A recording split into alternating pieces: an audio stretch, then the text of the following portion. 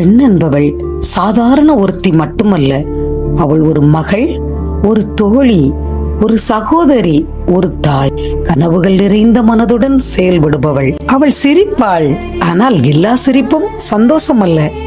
அவள் தைரியம் உடையவள், ஆனால் அந்த தைரியத்துக்கு பின்னும் உடைந்து இருக்கின்றாள்.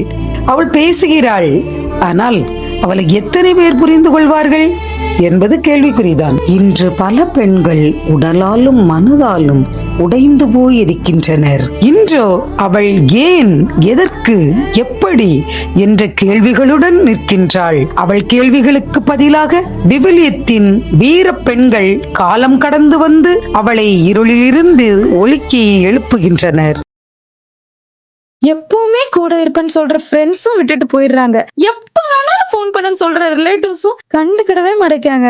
நான் ஒரு பெண்ணை தனியா இருந்து என்னதான் பண்ணுவேன்? போரில் கணவனை இழந்த பிறகு எல்லாவற்றையும் இழந்து தனிமையை அனுபவித்து தன் மாமியாருடன் அந்நிய தேசத்துக்கு போன விதவை. வறுமையிலிருந்து விசுவாசத்தின் மூலம் ராஜ வம்சத்தில் சேர்க்கப்பட்ட பெண். அவளோ ரூத். யார் நீங்க? நான் ரூத். நானும் உன்னை போல்தான். நான் என் கணவரையும் என் நாட்டையும் இழந்தேன். என்னிடம் எதுவும் இன்றி தனிமையில் விடப்பட்டேன். ஆனால் நான் கடவுளை விடவில்லை, அவரும் என்னை கைவிடவில்லை. அப்படின்னா எல்லாரும் உங்களை விட்டு போனதும் நீங்க உடையலையா? இல்ல, எனக்கு நம்பிக்கை இல்ல. எல்லாரும் என்னை கைவிட்டுட்டாங்க. எல்லாமே முடிஞ்சிருச்சு. முடிவு மாதிரி தோன்றும் சில கதைகள் தான் கடவுள் எழுதும் புதிய ஆரம்பம். மனிதன் மறக்கலாம், ஆனால் இறைவன் ஒருபோதும் மறப்பதில்லை. நம்பு. நான் ஏன் இது முடிவு நினைக்கணும்? என்னாலயும் முடியும்தான். வெளியே போய் பார்த்தாதான் என்ன? இவளை பத்தி தெரியாதா? இவெல்லாம் ஒரு ஆளா? இவ என்னத்த கிழிச்சிருவா? பொண்ணு தானே, இவளுக்கெல்லாம் என்ன தெரியும்? ஏன் ஒரு பொண்ணால முடியாதா? ஏன் என் பாஸ்ட வச்சு என்ன ஜட்ஜ் பண்றாங்க? இல்ல இல்ல, என்னால முடியாது. குற்றவாளி என்று சொல்லப்பட்டவள் அவள் இயேசுவால் மனமாற்றப்பட்டாள். உயிர்த்தெழுந்த கிறிஸ்துவை முதலில் கண்டவள் இயேசுவின் மிக நெருங்கிய பெண் சீடர். அவளோ மகதலா மரியா. யார் நீங்க? நான் மகதலா மரியா. என் வாழ்க்கை இருள் நிரம்பியது. என்னை பலரும் தவறாக பேசினார்கள்.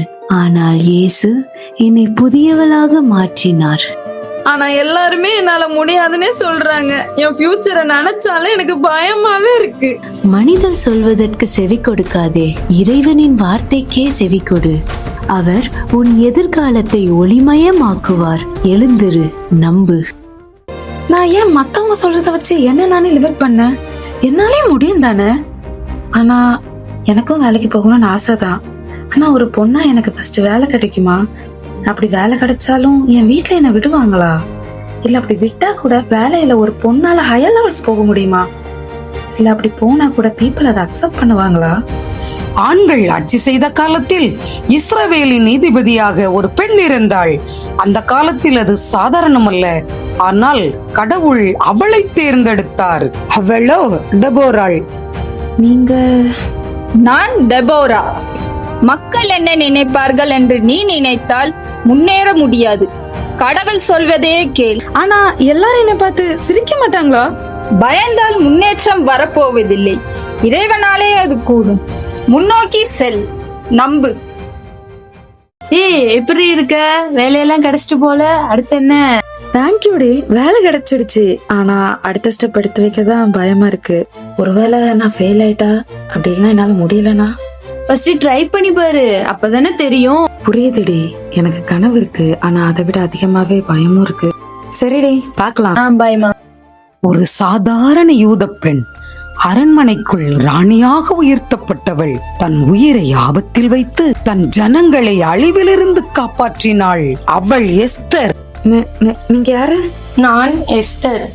நானும் பயந்தேன். ஆனால் அந்த பயத்தை விட என் நோக்கம் பெரியது. ஏனென்றால் இறைவன் என்னோடு நின்றார்.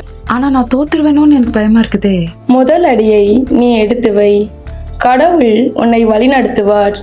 அவர் உன்னோடு நிற்பார். நம்பு. இதெல்லாம் சொல்றீங்க ஓகே, ஆனா என்னமே இதெல்லாம் எனக்கு ஈஸி கிடையாது. இதெல்லாம் பண்ணும்போது யார் என் கூட நிப்பா? இதெல்லாம் நான் எப்படி தாங்குவேன்? இளம் வயதில் கடவுளின் அழைப்பை ஏற்று இரட்சகரை உலகிற்கு சுமந்த பெண். அவளுக்கும் எதிர்காலம் புரியவில்லை. சமூகத்தின் பார்வை பொறுப்பின் சுமை அவளை சுற்றி இருந்தது. ஆனால் அவள் பயப்படவில்லை.